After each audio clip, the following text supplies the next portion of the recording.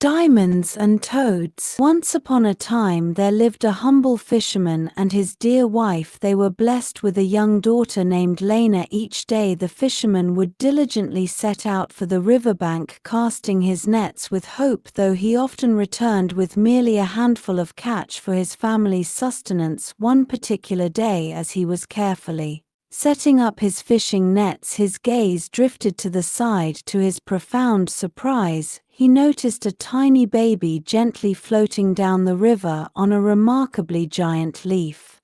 Deeply concerned, he exclaimed, "My goodness, what is this baby doing here floating in this river? I had better carry her out, else she may drown." With the utmost tenderness, the fisherman carefully lifted the baby out of the water and carried her home to his wife. He explained, "My dear, this child was floating on a leaf in the water. I simply had to save her and bring her home." His wife, however, was apprehensive, questioning, "We already have a daughter. How do you think we will be able to raise her?" Despite the initial hesitation, the little girl was named Fiona, and the fisherman loved her as much as he loved his own daughter Lena. Over the years, Lena and Fiona blossomed into two beautiful young women. While Lena grew to resemble her mother in disposition, Fiona was renowned for her kindness and caring nature, much like her adoptive father. Tragically, the fisherman soon fell gravely ill and passed away. Fiona was utterly heartbroken by his death. However, her adoptive mother, instead of offering comfort, lashed out cruelly, declaring, "You brought us bad luck. You are bad luck." From that day forward, the mother's aversion to Fiona intensified. She began treating Fiona not as a daughter but as a mere servant, deliberately excluding her from family life. Fiona was made to eat alone in the kitchen and was forced to work continually. Beyond her daily chores, Fiona had the arduous task of going twice a day to draw water from a fountain located more than 1.5 miles from their home, and she had to bring back a pie chair full of it. One day, burdened by her sorrows, Fiona went to the fountain and sat there weeping bitterly. Just then a poor woman approached her and politely asked, "Oh beautiful maiden, may I please have a drink from your pitcher, for I am very thirsty?"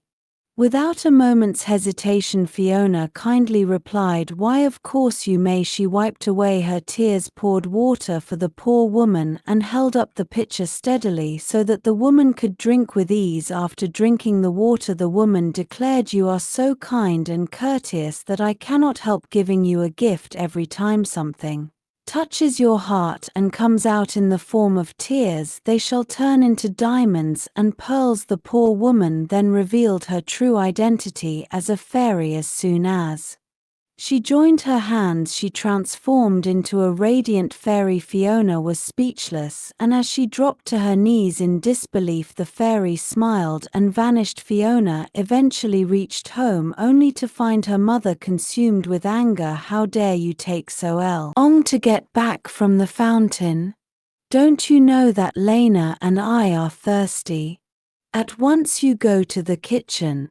Her mother fumed. "Sorry, mother," Fiona replied softly. As soon as Fiona entered the kitchen, she set the pitcher down and began weeping bitterly once more, and just as the fairy had promised, as her tears rolled down her cheeks, they transformed into sparkling diamonds and shiny pearls. The mother entered the kitchen and witnessed this astonishing sight. "Pearls and diamonds rolling down your cheeks.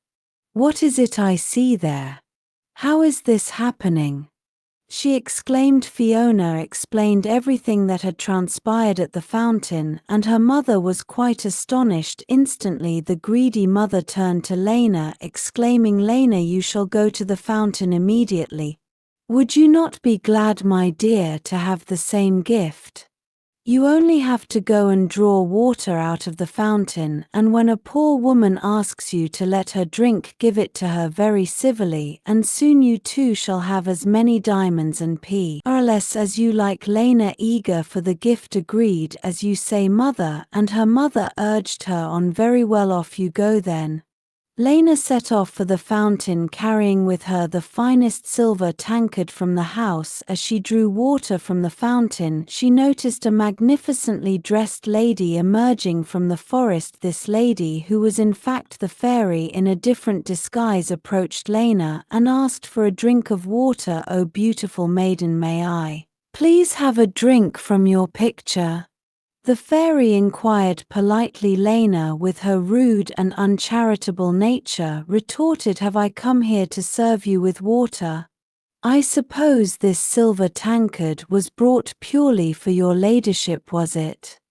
The fairy, observing Lena's impoliteness, responded, "You are scarcely polite. Well then, since you are so unfriendly and mean, I curse you that every time you wish to speak you shall only croak like a frog." Lena reached out to stop the fairy, but it was too late. She tried to speak, but only a croaking sound escaped her lips, and she realized the curse had taken hold. Lena began to weep, but even as she wept, only croaking sounds were heard. Upon Lena's return, her mother, hearing the strange sounds, cried out, "My daughter, what is that sound you're making?" Lena desperately tried to explain, but she could only croak. The mother quickly understood. "She has been cursed. My daughter's been cursed. Oh, mercy." In a fit of rage, she turned to Fiona, unjustly blaming her. "It is you who has caused all this, and you shall pay for it when the time comes. Go out and get some wood, my Lena is starving." Fiona was deeply hurt by her mother's cruelty and ran outside the house, leaving a trail of pearls and diamonds dropping in her wake. The very next morning, Fiona was out by the barn all alone. As she went about her tasks, she began to sing a beautiful, heartfelt song. "Today shall be a beautiful day, beautiful day. I wish, take my sorrows, take my pain, and fulfill all my wish." Just then a prince was passing by. He caught a glimpse of her from a distance. Though he could barely get a clear look at her face, the prince smiled, utterly mesmerized by her angelic voice. Unaware that she had been seen, Fiona soon went back into the house. The prince, however, found himself unable to leave without seeing her face. He commanded his guards to wait and proceeded directly to Fiona's house. When the prince arrived, the mother greeted him, asking, "Hello, sire, what is it that brings you here?" The prince explained, "I saw a girl out by the barn with a voice so beautiful and angelic that I have fallen in love with her. Who is she?" The deceptive mother quickly replied, "Well, she is my daughter. I shall go get her right away." She rushed inside and instructed Lena, "Lena, quickly wear your sister's clothes and go outside, for a prince has come to see you." Lena dressed as Fiona went to meet the prince. The prince, believing her to be the girl with the beautiful voice, said, "Oh, such a lovely voice you have. It has set my heart alight, and I would love to take you as my bride. It would bring me great joy if you could sing for me once more, so that I may hold an essence of your beautiful voice in this shell for my mother to hear, so that she may approve of this marriage." Lena, in all her excitement, attempted to sing, but only a croak emerged. The prince was appalled. "What kind of mockery is this? Are you insulting me?" he demanded, and then ordered his guards, "Seize this woman and take her away immediately." At this critical moment, Fiona stepped forward, pleading, "Oh prince, please forgive my sister, for she is cursed that whenever she wishes to speak she will croak like a frog. I was the one singing out by the barn." The prince was instantly mesmerized by Fiona's presence, but he wanted to be certain he was not being fooled. "Will you please sing for me?"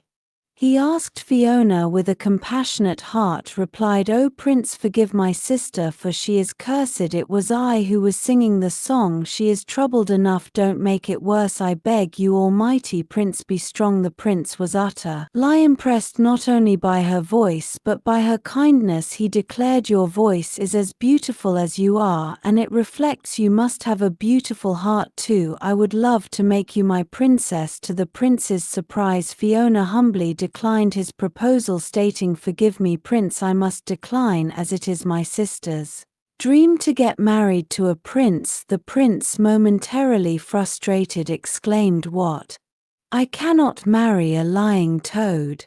Hearing this, Fiona bravely knelt down, looking up at the sky, and earnestly prayed, "O magical fairy, please come to help me and give my blessings to my sister. I am ready to take upon myself her curse so that she may fulfill her dream and marry a prince." Witnessing this profound act of selflessness, Lena, deeply moved, ran and embraced her younger sister, crying and sobbing. Just then the fairy appeared before them. "I see that you have learned your lesson," the fairy announced to Lena. "I shall take away your curse, and now when you wish to speak, the most beautiful voice shall come." The fairy waved her magic wand, and Lena was engulfed in a magical glow, just as her sister had been. Lena, overwhelmed with gratitude, exclaimed, "Thank you so much.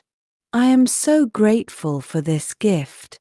The fairy smiled, waved her magic wand once more, and vanished. The prince, witnessing Fiona's incredible kindness and self-sacrifice, looked at her with renewed admiration. "I would love to marry you, Fiona, for I have fallen in love with your kind and forgiving heart," he professed. Then turning to Lena, he added, "And as for your sister, my younger brother would only be too glad to marry her, and he shall keep her very happy." Fiona was overjoyed at the prince's sincere proposal, and they decided to get married.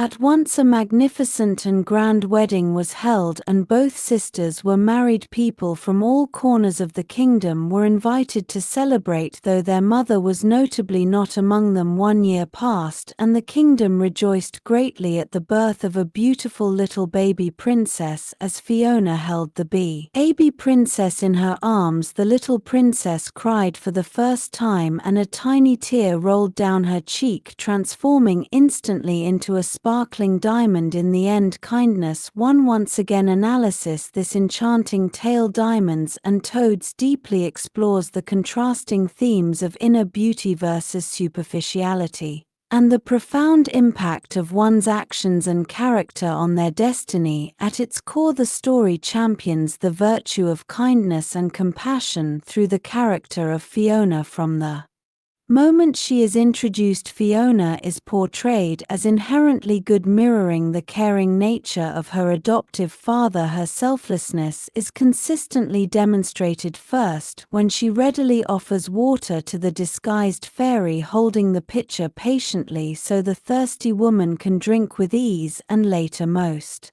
remarkably, when she is willing to sacrifice her own potential happiness and even take on Lena's curse for the sake of her sister's dream. This consistent display of genuine benevolence is directly rewarded not only with material wealth in the form of diamonds and pearls, which symbolize her pure heart, but ultimately with a loving marriage to the prince and the blessing of a kingdom. The recurring motif of tears turning into precious gems reinforces the idea that true value lies not in external appearances or possessions, but in the sincerity of one's emotions and actions. Even the tear of her newborn daughter becoming a diamond at the story's conclusion reiterates that kindness is a legacy that can be passed down through generations. In stark contrast to Fiona's gentle spirit is her adoptive sister Lena and their mother, who represent cruelty, greed, and superficiality. Lena, described as being like her mother, exhibits arrogance and rudeness when confronted by the disguised fairy. Her refusal to help the thirsty stranger, coupled with her sarcastic remarks, demonstrates a lack of empathy and a preoccupation with her own perceived status, as highlighted by her pride in the best silver tankard. Her punishment, the curse of croaking like a frog whenever she speaks, is a direct consequence of her unkind words, and reflects her inner ugliness. This curse is not merely a physical affliction but a symbolic manifestation of her unpleasant character. The mother's behavior further underscores these negative traits. Her immediate aversion to Fiona after the fisherman's death, her cruel treatment of Fiona as a servant, and her greedy rush to send Lena to the fountain to acquire diamonds and pearls, all highlight her self-serving nature and lack of familial love. Even when faced with Lena's curse, her immediate reaction is to blame Fiona rather than to reflect on her own actions or Lena's character. The story also meticulously details the journey of redemption and transformation, particularly for Lena. Initially, Lena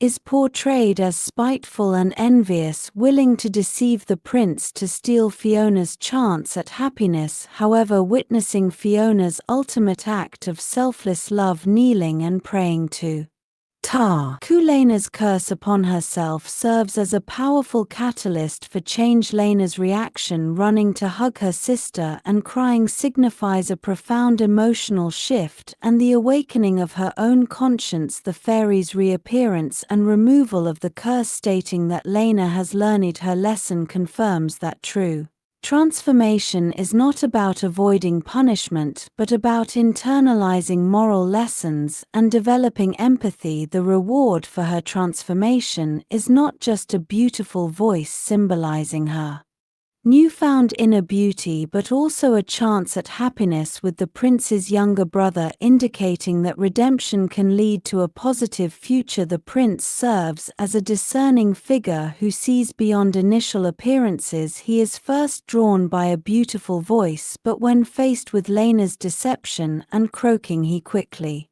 discerns the lack of sincerity. His willingness to give Fiona a chance to sing and his subsequent recognition of her kind and forgiving heart underscore the narrative's central message. True royalty and worth reside in character, not just in outward beauty or social status. His ultimate decision to marry Fiona for her benevolent spirit and to arrange a suitable match for Lena once she has reformed reinforces the idea that kindness and genuine character are the most desirable qualities.